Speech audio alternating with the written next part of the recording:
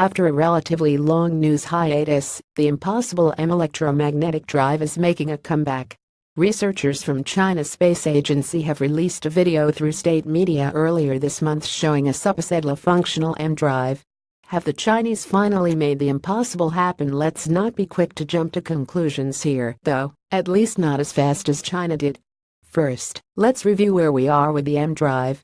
Prior to this month's update, there were two supposed breakthroughs regarding the EM drive.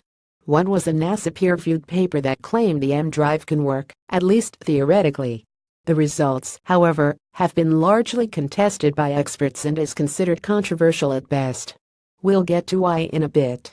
Then, there was news that China claims to have proven that an EM drive works and it began testing one. The latest video, presumably, shows that the tests have been successful. An EM drive. Image credit nasaspaceflight.com. So, what is an EM drive, also known as a radio frequency resonant cavity thruster? An EM drive supposedly generates thrust without the need for a propellant. It's an electromagnetic thrust produced by bouncing microwaves inside a cavity, like a person sitting inside a box, and pushing from the inside to make it move. Plus, the total momentum generated by the EM drive supposedly increases as it moves. Breaking news, breaking physics. The appeal of such a technology is understandable. Not only would it mean cheaper spaceflight costs, it also translates to faster space travel. Here's the catch, though. The physics of the EM drive goes against Newton's third law of motion. For every action, there's an equal and opposite reaction, which is impossible to generate in space without a propellant. Action and reaction is a direct result of the conservation of momentum. Bryce Casenti, advanced propulsion system expert from the University of Connecticut, explained previously.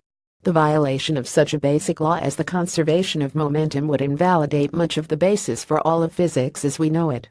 So, as much as we'd love to have a device that could revolutionize space travel and make getting to Mars and beyond faster, it remains very unlikely that it'll be this EM drive. Nor would it be a warp drive, which, incidentally, Yahoo News says, is how some describe the EM drive. No, the EM drive is not a warp drive. The two are very different things. A warp drive, which remains only possible in the realm of science fiction, refers to a faster-than-light FTL form of travel that breaks the speed of light by warping the fabric of space-time. The bulk of scientific knowledge concludes that it's impossible, especially when considering Einstein's theory of relativity, according to NASA. With no EM drive and definitely no warp drive in the near and maybe even distant future, we're left with current rocket propulsion technology to travel to Mars and beyond. Fret not, however, as NASA and companies like SpaceX are working on bigger rockets capable of closing the distance between Earth and Mars. Depending on how Mars and Earth align, one trip aboard SpaceX's interplanetary transport system could take just 80 days. CEO and founder Elon Musk thinks rocket technology can improve to cut that down to just 30 days.